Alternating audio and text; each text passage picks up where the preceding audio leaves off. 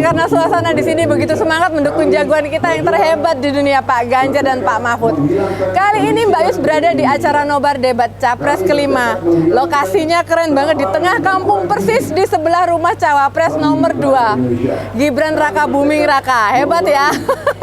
Justru masyarakat di sini antusias mendukung Pak Ganjar dan Pak Mahfud.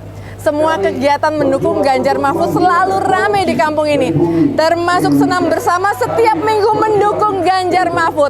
Dari kampung ini pula kemudian ramai tercetus yel-yel Solo bukan Gibran. Kenapa bisa begitu? Ya artinya Mas Samsul enggak merayat, simpel aja. Enggak dekat sama masyarakat, bahkan sama tetangga sebelahnya. Makanya sepanjang nobar di sini sering ada teriakan Solo bukan Gibran yang cetar menggelegar. Oke, sekarang urusan debat. Pak Ganjar dan Pak Mahfud seperti biasa tampil keren, kreatif, beda dengan yang lain. Konsep yang jelas, pakai jaket hitam putih tas. Benar-benar melambangkan perjuangan kita untuk tidak abu-abu. Hitam putih ya. Tegas, salah tegas. Tegas membela kebenaran, menegakkan konstitusi yang sudah menjadi amanat dan cita-cita pendiri bangsa kita. Plus, jaket ini seperti biasa adalah hasil karya anak bangsa. Ngoser, Mbak Yus adem banget di sini kehujanan yang ngoser. Lanjut lagi yang ngoser. UMKM, kita semua bisa memilikinya karena harganya terjangkau. Bedalah sama Mas Samsul yang hobi pakai jam mahal yang harganya hampir sama dengan biaya untuk membangun pasar di kabupaten. Prabowo menyampaikan visi misinya dengan cemberut, langsung pamer makan siang gratis, termasuk ibu hamil. Katanya sih akan mengatasi kurang gizi, kemiskinan, and bla bla bla, and the blank, and the blank, and the blank, and the blank. Yang jelas ini mengurangi bahkan menghabiskan APBN ya para ngoser. Negara bisa jatuh miskin, tapi mungkin mereka nggak peduli negara miskin. Yang penting kelompoknya dapat proyek makan siang. Triliun sehari, peduli amat cuman dibeliin sayur asem, nggak higienis, bikin anak sekabupaten sakit. Orang Mbak Yusino. Intinya, Opa Wowo langsung dobos ngibul kayak hobinya Samsul belimbing sayur. Seperti biasa. Berbeda dengan Pak Ganjar menegaskan agar kesehatan preventif serta akses kesehatan ditingkatkan dimulai dari desa. Satu nakes setiap desa. Kurikulum yang mantap sekali lagi bisa diakses semua lapisan masyarakat. Tak ada yang terpinggirkan. Kelompok marginal dan penyandang disabilitas. No one left behind. Pak Ganjar memang presiden rakyat. Presidennya Mbak Yus. Hore hore hore. Mbak Yus agak jerit-jerit yang ngoser karena ini kita berbalapan sama yang di belakang ya. Balik lagi ketika membicarakan budi pekerti, Pak Ganjar langsung menyebut menjadikan masyarakat Indonesia yang tidak adiguna. Buset, Mbak Yus langsung inget Mas Samsul belimbing sayur yang songong sundul langit itu. Semua itu dimulai dengan demokrasi. Demokrasi Indonesia jangan sampai mundur ke belakang. Tuanku adalah rakyat. Jabatan ini hanyalah mandat. Keren bukan? Pak Anies yang rajanya retorika penuh kata-kata indah benar-benar bisa terlaksana. Nggak tahu juga. Pada sesi kedua, Pak Ganjar mengatakan anggaran kesehatan terpotong selama ini. Angka 5% sampai 10% seharusnya dapat menghasilkan layanan kesehatan dan kualitas hidup yang baik. Peran Posyandu, Dasawisma, Kelurahan RT akan menjadi lebih diperhatikan sebagai garda terdepan pelayanan kesehatan masyarakat. Semua berawal dari sini. Opa Wowo dengan khayalannya langsung menyebut semuanya harus berawal dari makan bergizi dari ibu hamil hingga anak-anak. Pak Ganjar langsung menjawab tegas, preventif harus diutamakan bukan hanya demi kualitas hidup yang lebih baik, tapi tentu saja biar anggaran kita nggak kobol-kobol. Ini beda Pak Ganjar sama Opa Wowo. 03 mah nggak ada niat bobol anggaran. Kalau 02 lah sampai belibet.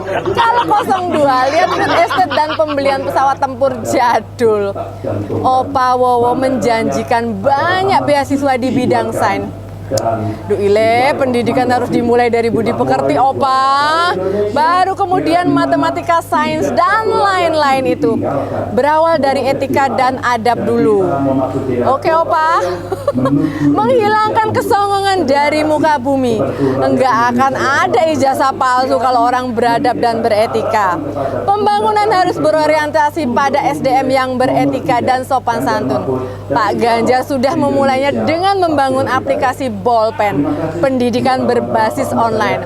Kemudian ngibul Opa makin menjadi-jadi dengan bilang dana abadi budaya. Ampun Opa, hobi banget soal dana-dana gede Opa, biar bisa disenggol dan didownload banyak food estate. Kayak food estate maksudnya.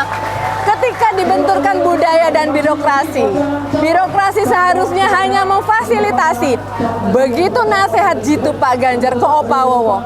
Bebaskan mereka, tidak perlu takut, jangan represif. Pemerintah harus di jalan yang benar, on the track. Ini mestinya Pak Jokowi yang hobi cawe-cawe biar anaknya jadi wapres malu. Di bidang kebudayaan, lagi-lagi Pak Ganjar yang paling lengkap, paling komprehensif. Di sesi berikutnya, Pak Ganjar mengatakan kalau pendidikan harus maju, negara harus hadir inklusif. Guru yang sejahtera dimulai dari peningkatan gaji, baru kemudian ditingkatkan kompetensinya dengan sertifikasi.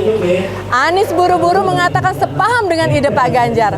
Ya memang 100% benar, Mbak Yu saja dukung kalau Bapak dan Ibu guru sejahtera. Sampai sesi ketiga ini debat berlangsung damai. Opa Wowo tenang dan cuma setuju aja, dan lagi-lagi selalu setuju sama pendapat Pak Ganjar maupun Pak Anies. Mungkin Opa sudah lelah, pengen debat buru-buru selesai. Ketika bicara tentang apa yang harus dilakukan kepada rakyat migran, pekerja migran maksud Mbak Yus, Anies langsung menyetujui semua pendapat Pak Ganjar. Mbak Yu sampai heran, gimana Anies yang biasanya suka ngeyel seperti tunduk-duk. Ya lagi-lagi, karena memang yang dikatakan Pak Ganjar itu benar. Kalau Pak Anies aja setuju, Opa Wowo juga langsung setuju.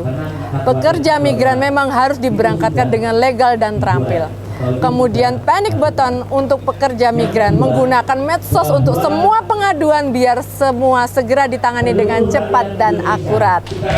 Di sini kita lihat Opa Wowo kelihatan cuman yes aja.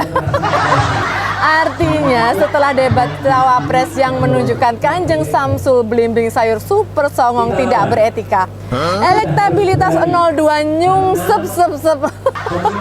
Tidak ada masyarakat Indonesia yang suka sama belagunya, apalagi kurang ajarnya sama orang tua.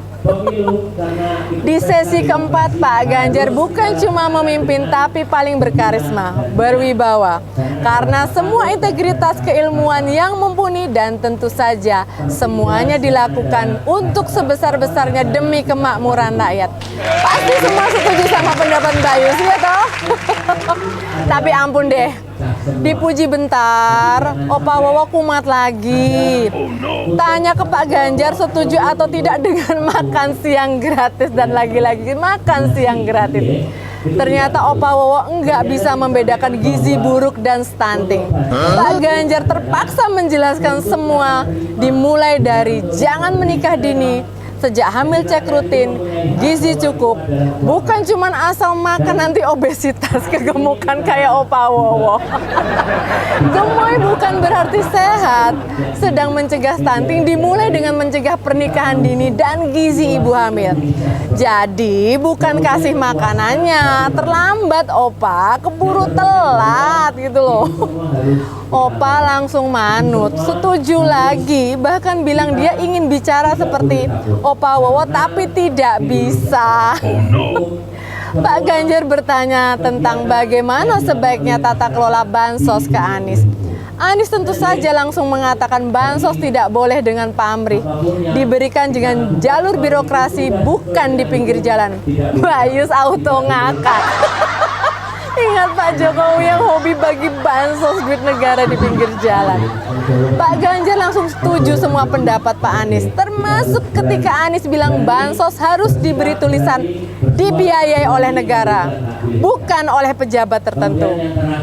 Penyalahgunaan bansos memang menjadi keburukan pemerintahan Presiden Jokowi di ujung masa jabatannya. Bahkan Menteri Sosial tidak dilibatkan dalam pembagian bansos. Mbak Ayu senang sekali. Dua capres ini berjuang agar duit negara tidak digunakan semena-mena untuk kepentingan tertentu dengan label bansos. Paling epik ketika Pak Ganjar mengingatkan ucapan Opa Wowo bahwa yang menginginkan internet gratis itu otaknya pasti lemot. Ampun deh Opa. Betapa enggak logisnya kalau bicara hilirisasi, digitalisasi, tapi anti internet gratis. Kepriwe Opa? Padahal semua itu bermuara kemajuan itu berawal dari akses internet gratis gitu loh. Opa Wowo dengan tegas mengatakan setuju dengan internet gratis. Walaupun Opa Wowo emosi karena merasa menganggap internet gratis itu enggak penting. Sabar Opa, Opa sabar. Ingat penyakit, ingat umur. Terus Opa jadi kayak anak kecil, seneng ikut-ikutan. Bilang kalau dia jadi presiden juga mau bangun internet gratis. Nggak sekalian Opa bilang mau bikin satu desa satu nakes, satu keluarga satu sarjana, KTP tunggal untuk semua. Sebut Opa, sebut semuanya program Ganjar Mahfud juga mau Opa tiru. Jadi kesimpulannya, debat kali ini panggungnya adalah Pak Ganjar. Tampil terbaik, kostum terestetik, alah sampai belepotan. Kostum terestetik, semuanya karena memang cuma Ganjar Mahfud yang paling dekat dengan rakyat, memikirkan rakyat, semuanya untuk rakyat. Pesan Mbak Yus, jangan lupa Ganjar Mahfud menang. Oke? Kita sebut lagi ya dengan semangat ya. Pesan Mbak Yus, oke? Jangan lupa Ganjar Mahfud menang, menang, menang. Yes! Segitu ngos-ngosan dari Mbak Yus ngopini santai pada saat ini nonton debat ya. Ini riuh banget sampai Mbak Yus belepotan, oke? Ketemu lagi di ngos-ngosan selanjutnya. Bye!